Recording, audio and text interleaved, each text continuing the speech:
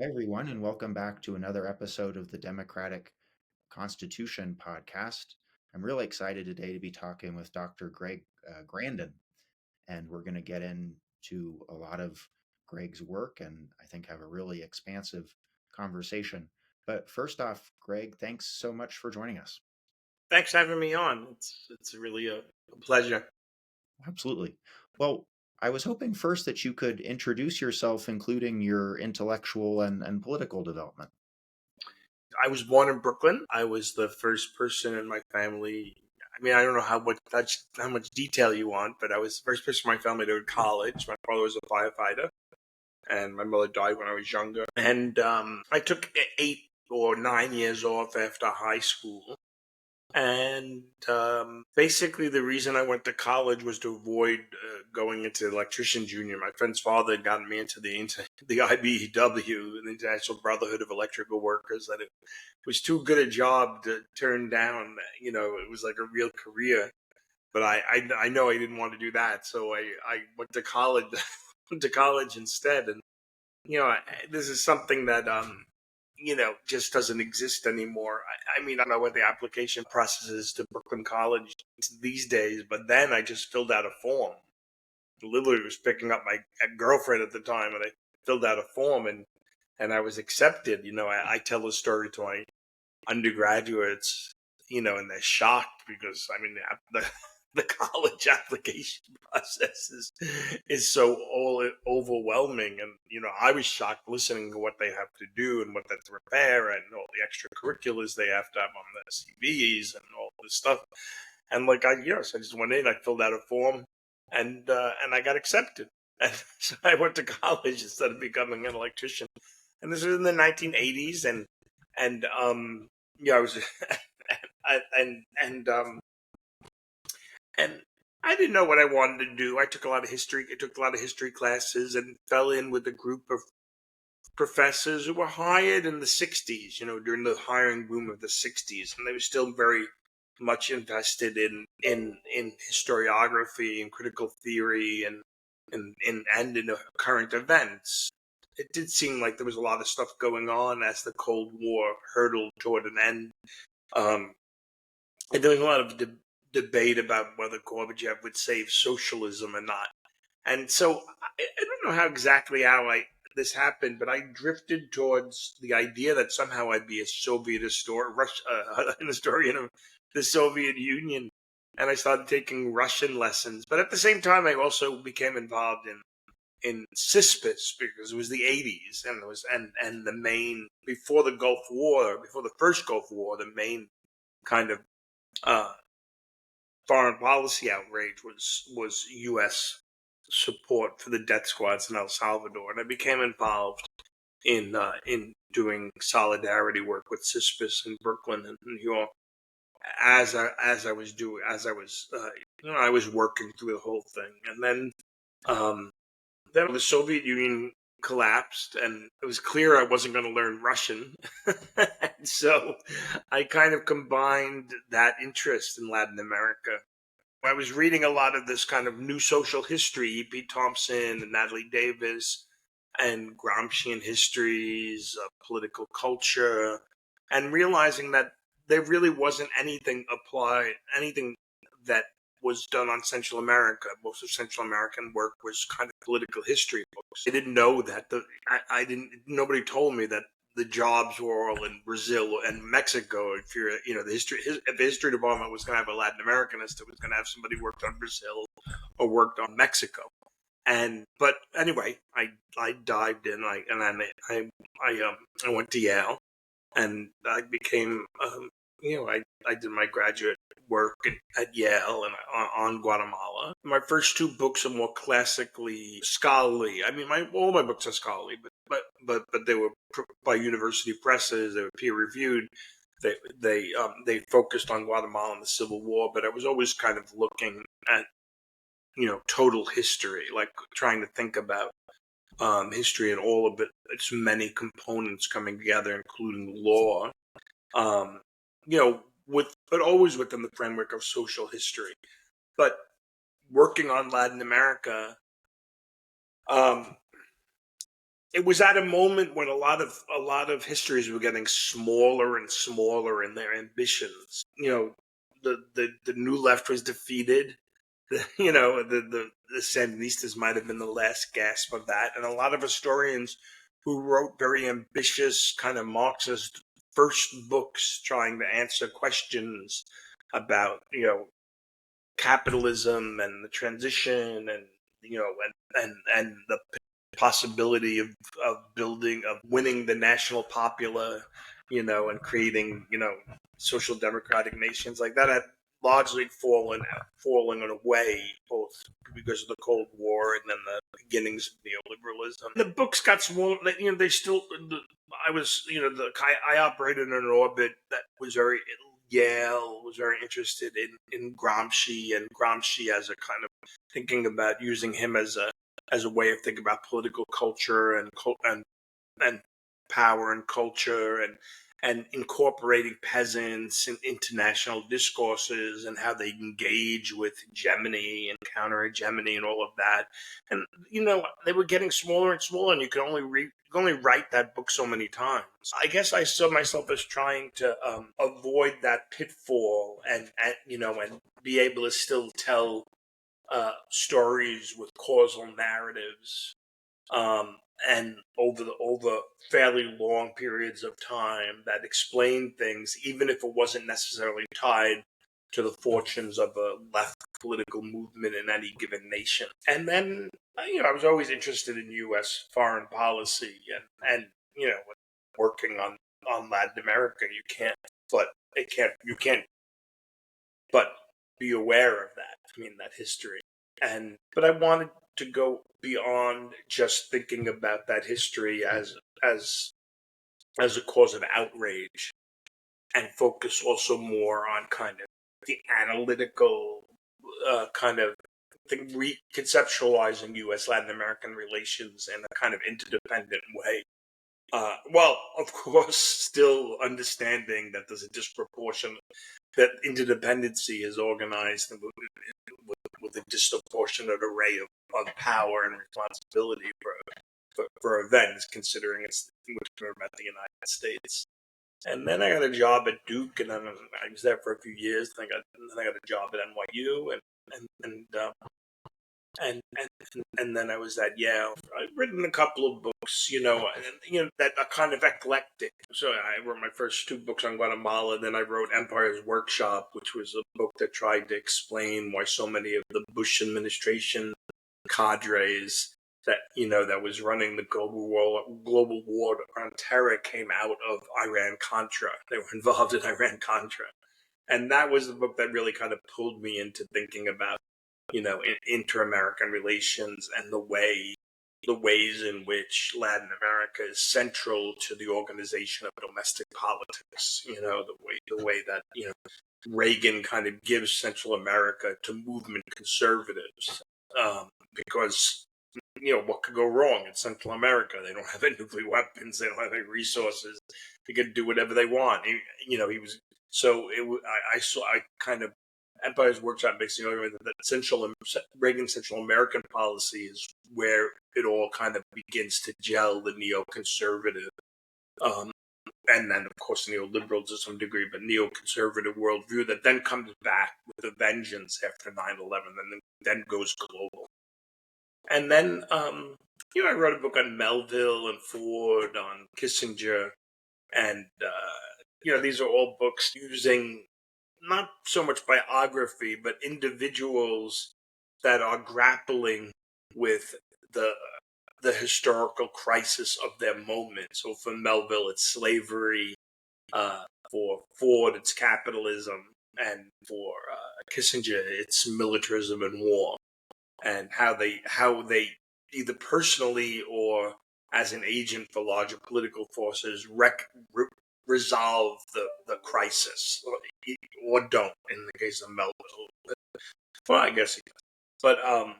But yeah, and all of that has led me to, I guess, what we want to talk about today, the end of the myth in America. So I thought we could turn first to your 2019 book, The End of the Myth, From the Frontier to the Border Wall in the Mind of America. And I wanted to probe that a little bit. In the book, you point to limitless geographic expansion and endless opportunity as myths that, as I read it, were used to cover up internal conflicts.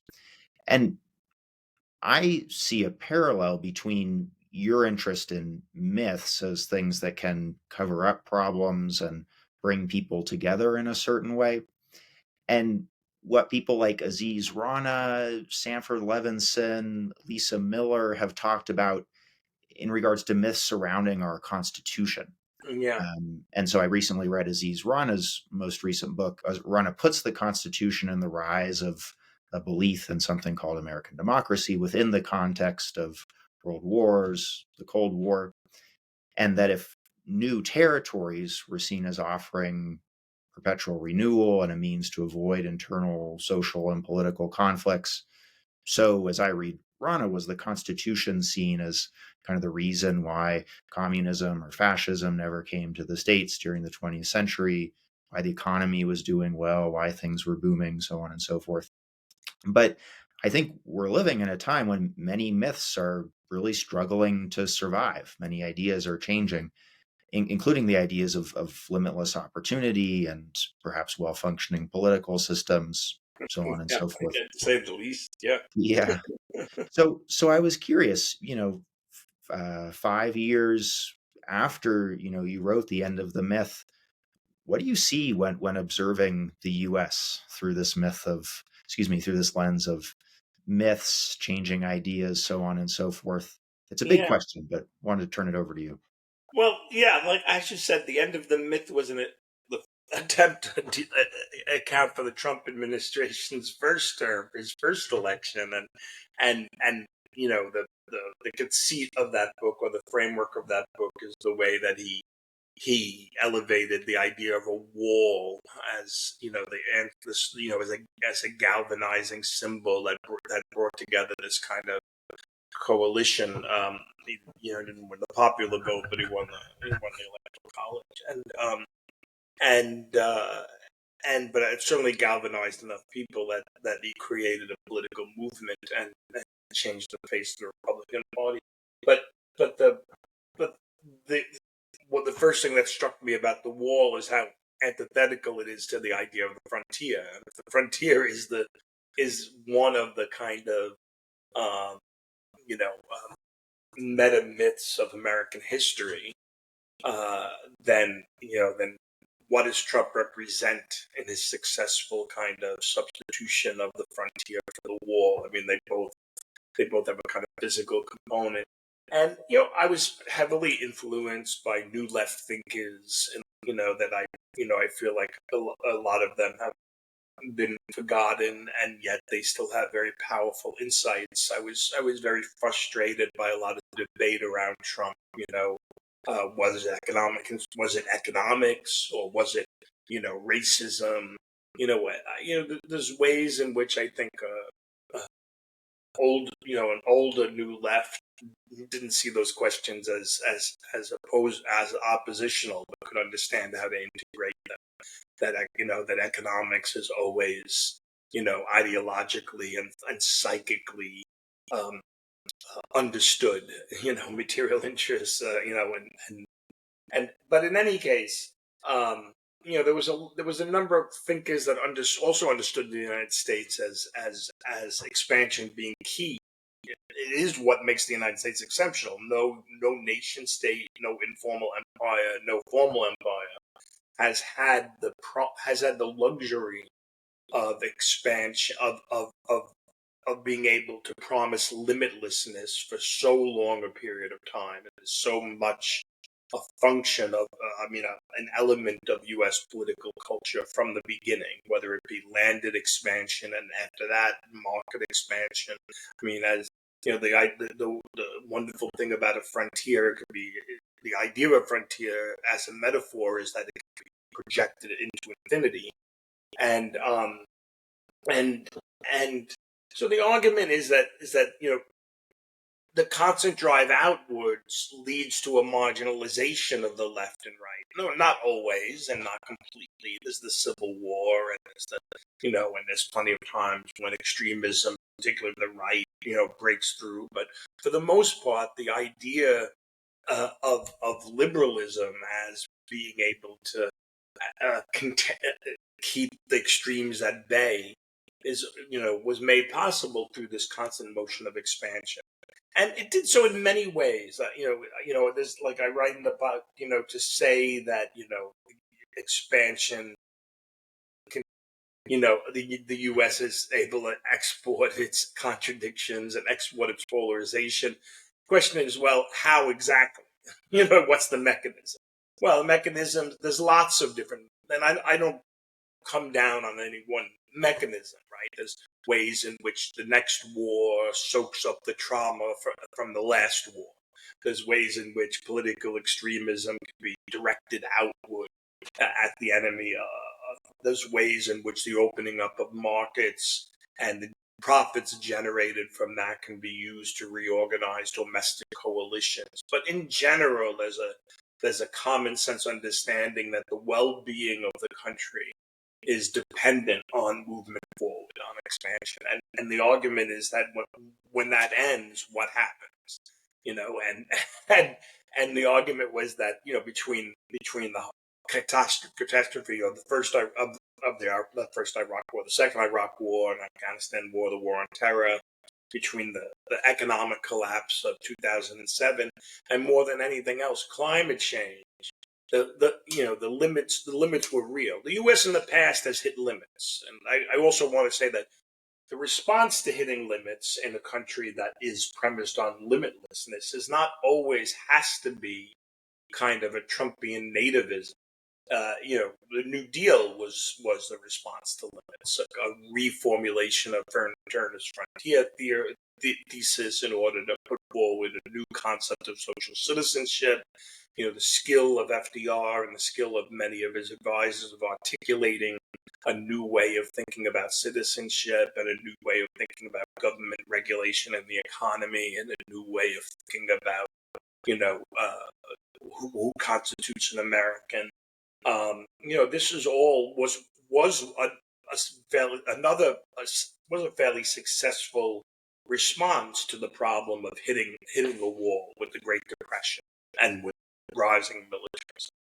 But that wasn't the New Deal contained within itself its own contradictions, which you don't have time to go into here, and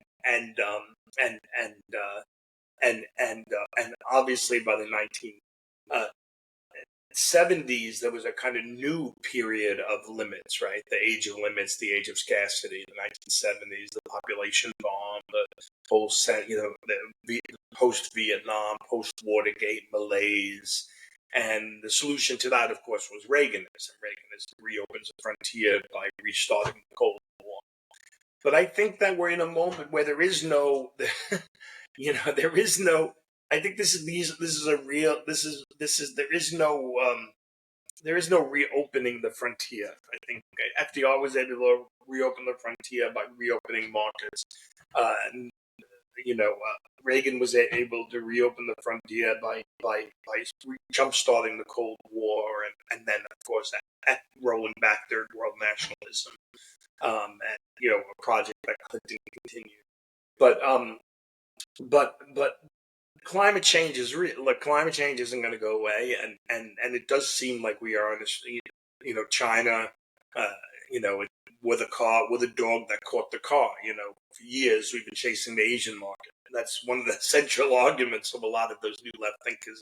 That westward expansion was really always about getting to Asia. The War of 1898 was about setting up a base of operations in which the United States could fend off Europe from taking over China and have access to the China market. And and we got the China market. We finally got it, and now it's got us. With the dog, we are the dog that caught the car. And so I'll just say one more thing. I didn't say this explicitly in the book in End of the Myth. There's a lot. I conceptualized it in other ways. You can't over conceptualize the book, but one of the things I was thinking about is that one of the things that informed it is there's a way in which there's a school of political theory and political science that thinks about U.S. history as a succession of presidential coalitions. and that when there's economic and political change, instead of conflicts taking place outside of those coalitions through whatever, like in every other country, many other countries that have have major crises, that political realignments take place within the two-party system. So the Democrats go from a planter party to a working class party and whatnot. And the successful and the idea is that no, a, a governing coalition, a run of a governing coalition usually entails an ascendant president, a consolidating president, a maintenance president, and then a decline president. It doesn't matter what party they're from, but they represent. So Clinton, was within the New Rights coalition, and not just as Eisenhower was in the New Deals coalition, and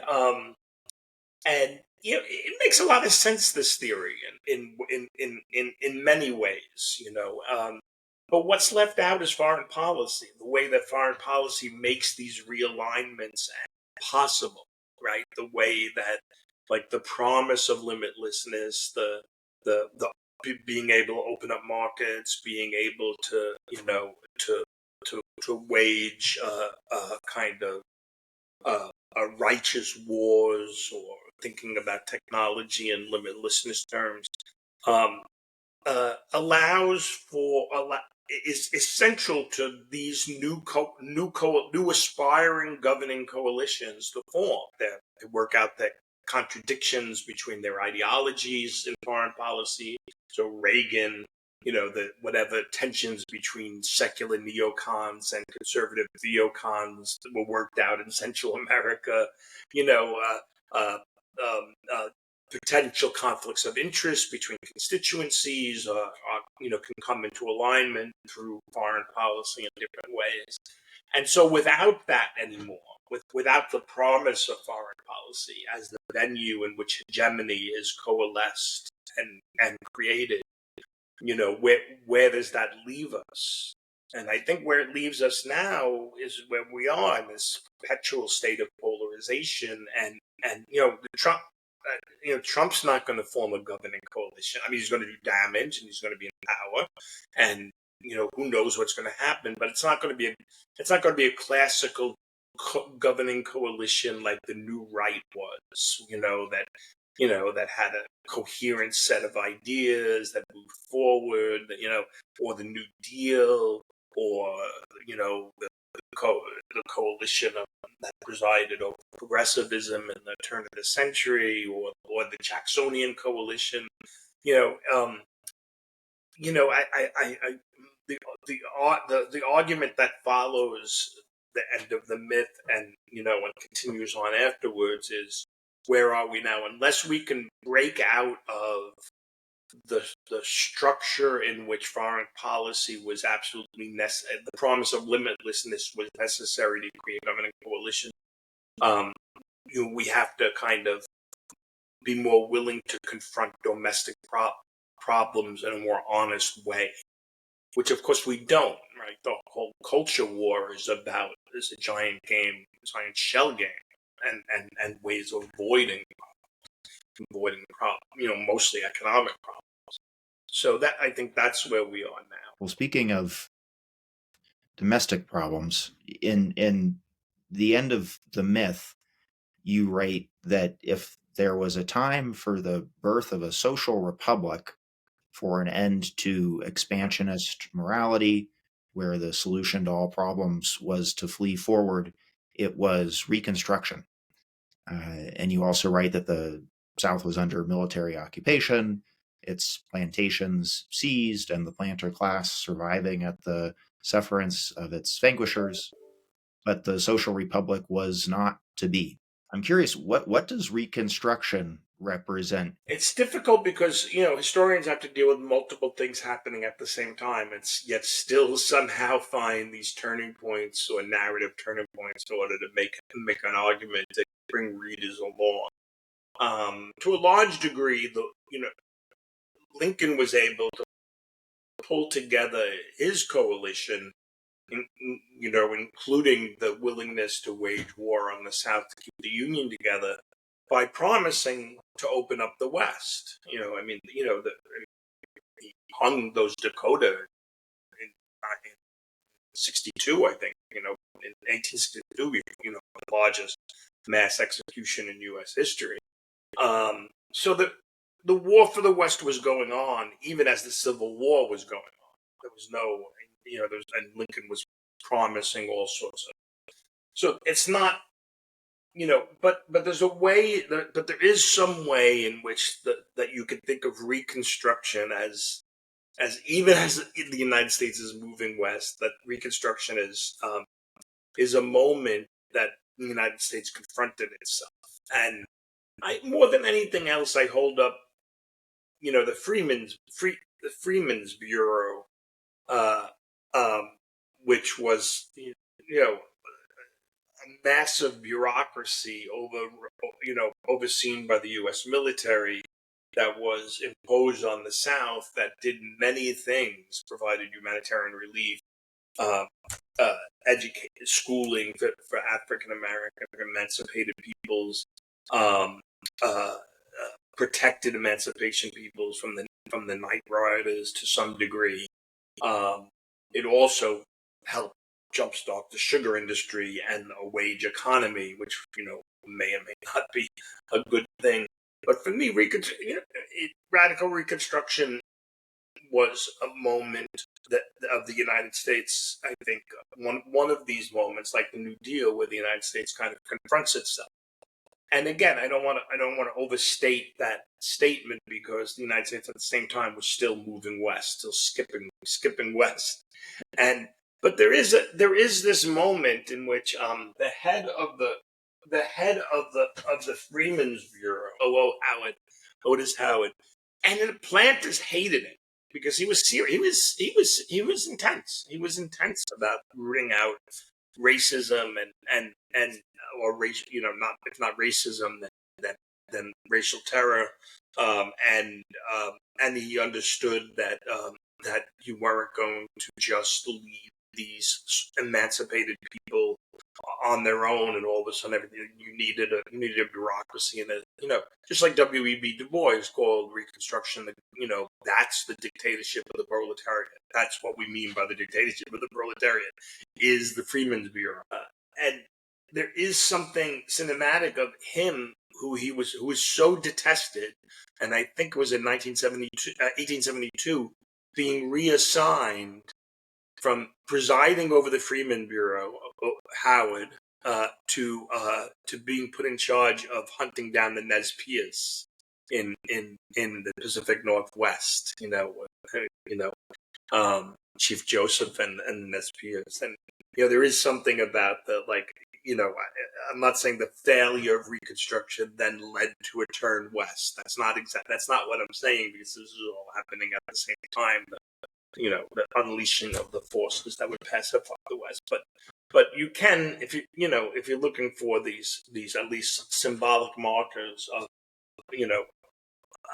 an enormous social experiment that was trying to imagine what an emancipated society that entailed massive government regulation to contain and suppress the planter class.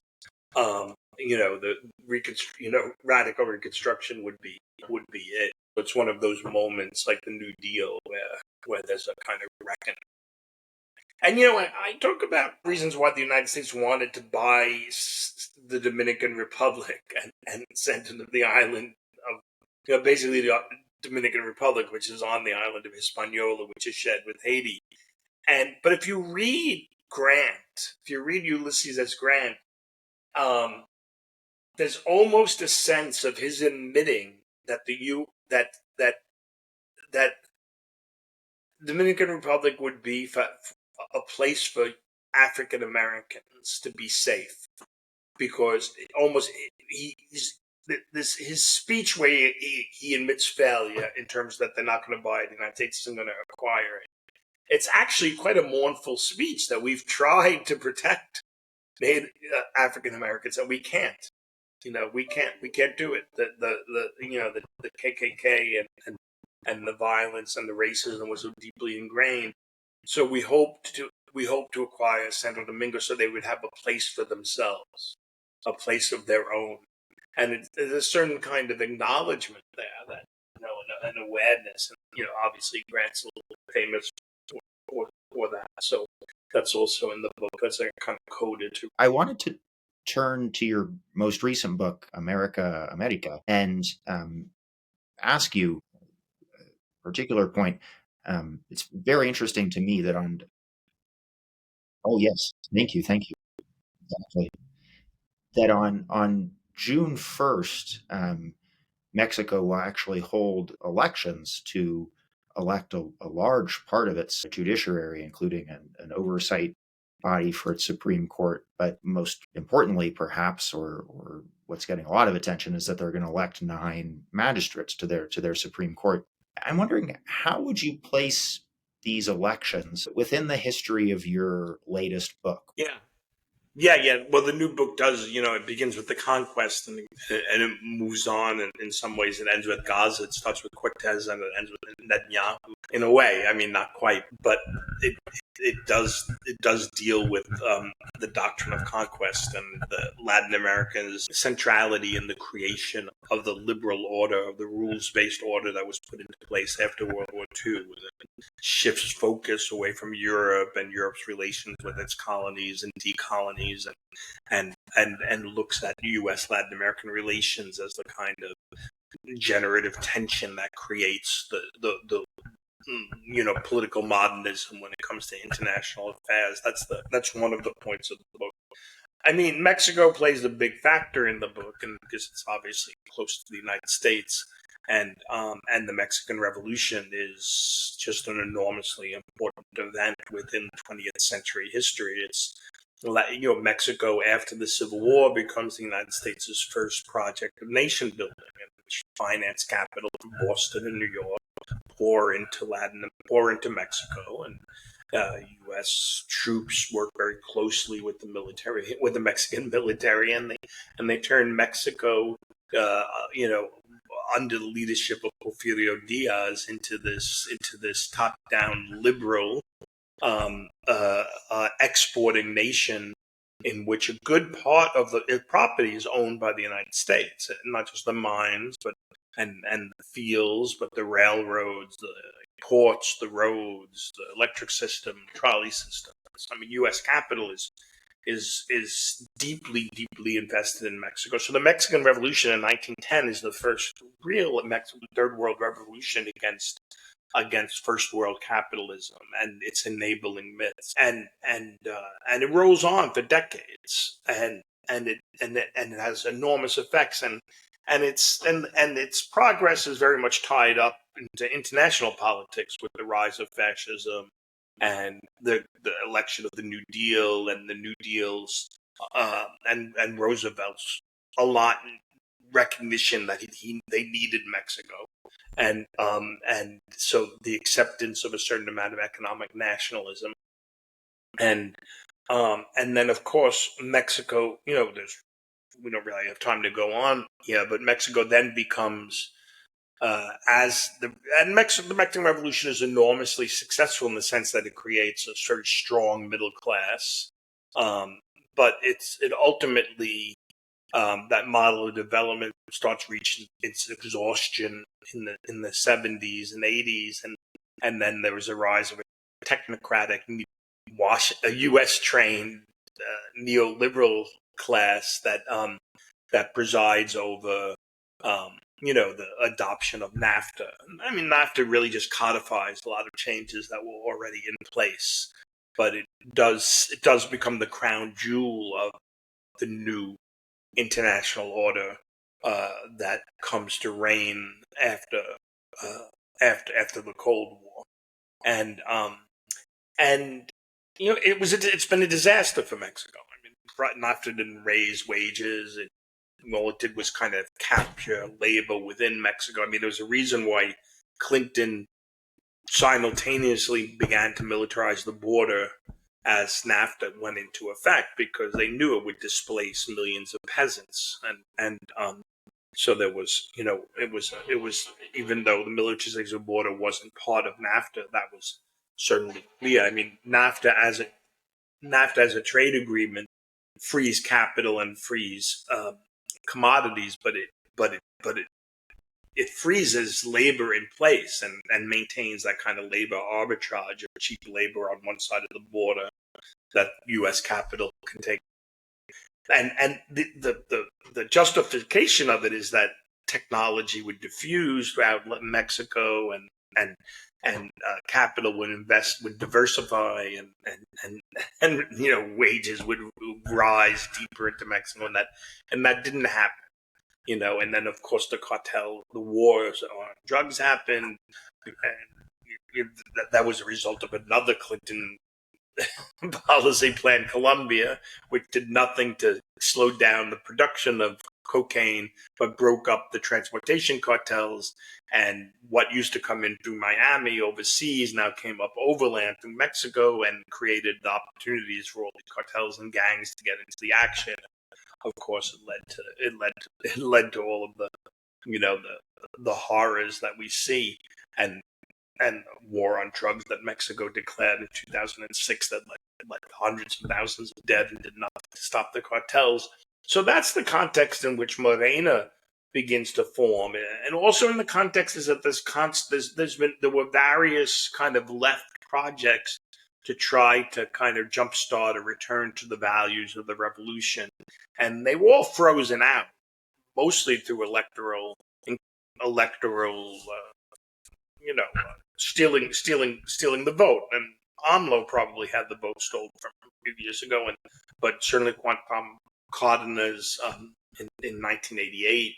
There's plenty of time, but AMLO was an enormously popular mayor of Mexico City, and he represents. He represents a kind of. They talk about the fourth transformation. Like, the first transformation was national independence. The second was the kicking out the French under Juarez. The third was the revolution, and now the fourth transformation. But really, it is about reigniting, cultivating the roots of the Mexican Revolution, and the ideals of a kind of social democratic state. And it's been enormously popular. And contradictory too. The state is opaque in Mexico, and there's pockets of hidden power. Neoliberalism. Mexico was one of the first states to witness the creation of a class of super billionaires. Now we have them here, but Mexico had them, millionaires and billionaires as a result of privatization. And yet at the same time, Morena has been able to do just like basic spade work on building a party and building hegemony. And it's really remarkable how popular they are, and how popular Claudia Sheinbaum, AMLO's successor, is. Here's a Jewish granddaughter of refugees, that came from Lithuania and I think Eastern Europe, or maybe Poland. At least one side of the family were communists, and she's sitting in Mexico's, the Catholic Viceroy's office, where the president operates in. He's this Jewish refugee. It's amazing. It's amazing. And the reform, the judicial reform that led to the election, led to electing the judges on the Supreme Court. I don't know that much about. I know that it was pushed by AMLO. I know that it was heavily criticized here in the United States, which doesn't necessarily mean anything, because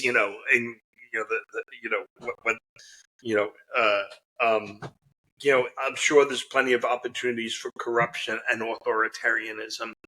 In some cases, being able to reestablish a monopoly of power political power is a political project that, it might be worthy, to support, right? I mean that I'm going to get in trouble here, but that was Hugo Chavez's problem, is that he didn't read Weber, he didn't read Chuck Tilley, he didn't read the people that said, look, you've got to build a state. You can't just give everybody money and let them do whatever they want to do. You have to get monopoly control over the instruments of violence, and if you want to be a state. And Chavez didn't really do that. He just let everybody do whatever they wanted. And obviously it's catastrophic, because he came to power in a vacuum of power where the whole Venezuelan state just collapsed. And he worked very good at building up oil rents, building up oil prices, and working with OPEC and reestablishing an oil cartel and raising oil, and then using that money to build international solidarity and distributing it in various social programs. But he didn't establish, and he had rhetorical and electoral legitimacy, but Chavez never built the kind of enduring institutions that would outlast him. And so in some ways he wasn't authoritarian enough. That's what I mean by that, in the sense that he didn't build a state. So I think the Morena project is trying to build a new state and there's undoubtedly opportunities for corruption. I don't know the details of what the selection process is for judges, and but I only know if the Atlantic Quarterly criticizes it, it's probably something we should support. Well, I wanted to close out by noting that next year will mark the 250th anniversary of the Declaration of Independence. I'm curious how you would situate this 250th anniversary within the history of the Americas, this question of myths, ideas holding people together. I just think next year is going to be saturated with discussion of the 250th anniversary. And curious what you think about that. I mean, it depends on. I mean, everything depends on Trump. I mean, I don't want to put too much power on Trump, but it depends. If everything, he's so capricious, and it's unclear. If a real opposition has emerged, and some of the institutions of society have gotten their spine back, and Trump starts to get in trouble electorally, it'll be all bound up in the midterms.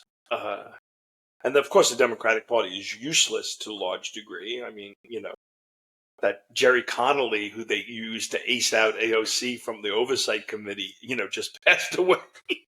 So they'd rather have a dead man rather than AOC in charge of oversight. So I don't know. I don't know how it'll play out. I think it will play out through the prism of the midterms and the sense that Trump needs to be checked, right? There'll probably be, I can imagine the Democrats using a lot of the rhetoric of no king, no tyrant kind of thing. We fought a revolution, checks and balances. I think some of that, the warning how bad Trump is, doesn't really work when he's out of power and he's and he's running, and it's an either or option. Pick A or B. I think Harris and Clinton, needed a positive agenda, not just saying how dangerous he is. But now that he's in power and it's the midterms, I think that that line of argument, which the Democrats seems to be the only only card in the hand is to play, might work. We might see a groundswell of pinkish counties, districts voting Democrat. I can see that it's going to be all consumed by the November election. Greg, I really appreciate you coming on and really just starting the conversation around the topics that are covered in your book. Your most recent one, América, and then the 2019 book that we mentioned, the end of the myth. Yeah. There's a whole host of them, as you mentioned, your work on Henry Kissinger, the work that you've done about Central and South America. So really encourage folks to check those out. And they're also really well written. I mean, I'm sure I'm not the first person to tell you this, but you're a really good storyteller as well as a historian, weaving both of those things together. Well, thanks so much. I appreciate it, Luke. It's been a nice conversation. Awesome. Take care. Take care.